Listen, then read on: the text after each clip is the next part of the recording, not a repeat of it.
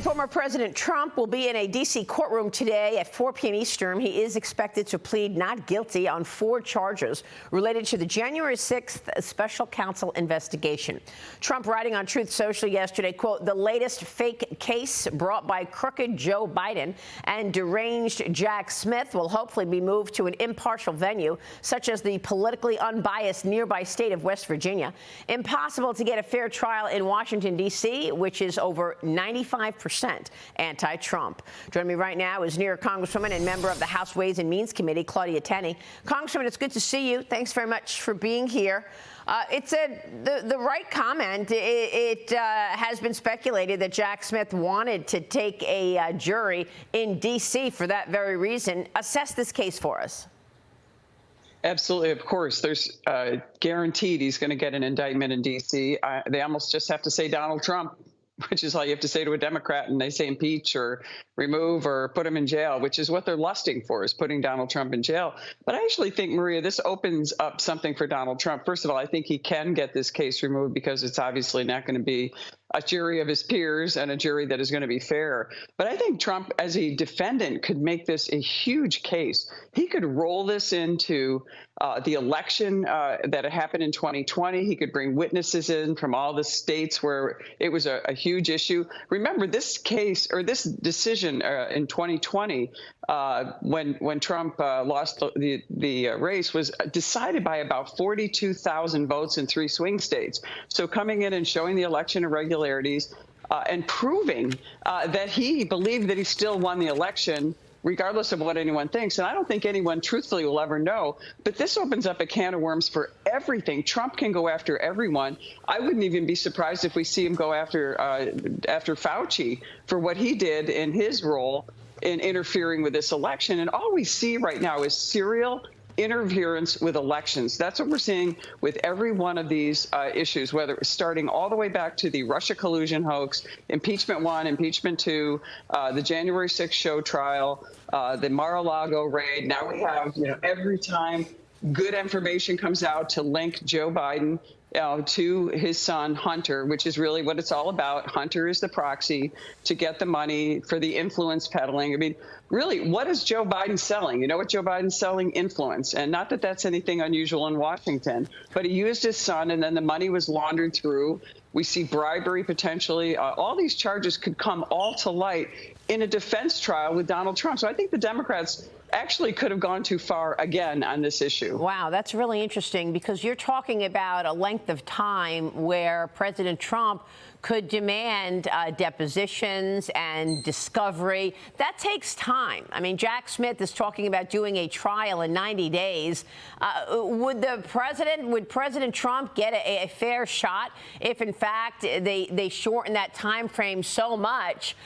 Or is he going to get the ample amount of time to do the discovery, get the emails, make sure his lawyers are up to speed on all the evidence? And if that's the case, doesn't that go beyond the time frame of 1 year, which is when the next election is happening?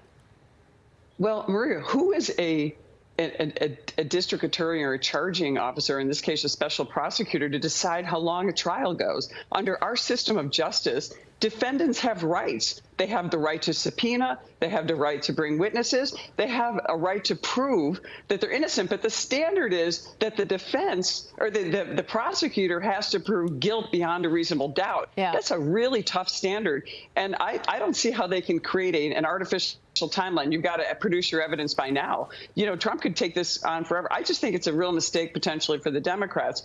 And, it's one thing. There was a recent interview that Tucker Carlson was doing with Devin Archer, who just gave his bombshell testimony, basically talking about Joe and Hunter being in the same room. And he said Hunter is the expert in knowing the guy. In this case, Hunter is the expert in knowing the big guy, because if you put together the bombshell testimony that came out from the FBI informant from Senator Grassley, the 2 whistleblowers from the IRS, thanks to Jason Smith creating this whistleblower portal for IRS agents, and you put it together with the laptop and everything we know, this is a clear case against Joe Biden. It's really just trumped up at kind of ancient statutes being brought into play, not really relevant to Donald Trump. And you know what we're doing? We're criminalizing free speech. A metaphor, fight like hell now is a crime. Unbelievable. This is what our country was founded on. This is a real dangerous path we're going down with this type of prosecution. It appears so, but you just hit on something that's been so obvious to so many of us. Every time there's serious evidence against this president, Joe Biden, and his family through these 176 suspicious activity reports, massive whistleblower testimony, stunning testimony, or, bank records that indicate all those millions went into shell companies, which eventually made their way into Biden family accounts. The very next day, we get either an indictment of Trump or some extra charges of Trump. It's very obvious that they're taking the story out of the mainstream media's headlines so that the mainstream media has something else to cover. Even former President Obama warned President Biden about Trump's political strength during a private lunch meeting, apparently in June, we're told.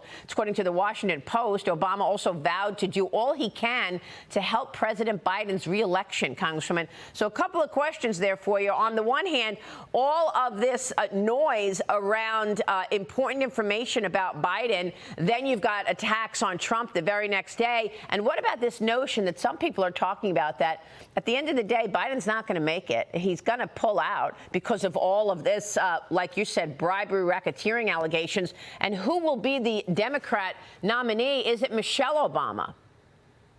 Yeah, really curious that they would meet like that. But let's first of all look at what you said. This is all coordinated and calculated by the most powerful government, arguably in the world. The Department of Justice is coordinating this. You can see Merrick Garland, who I think should be impeached and removed immediately for his malicious prosecution at this point. And whether you like Trump or not, this is not what should happen to any citizen, let alone a former president. And then you have, it's interesting, you bring President Obama really has a stake in Joe Biden staying there. Many people think that he's the guy behind the scenes. So maybe there is a Michelle Obama in the wings coming forward, and they're setting this up, and that they're allowing I said before, maybe Obama's allowing this to happen to open the door for Michelle. Wow. Let Joe go. Let him get out of this thing without, by saving face. Well, we'll see. Congresswoman, it's good to see you this morning. Congresswoman Claudia Tenney, always a pleasure. Thank you.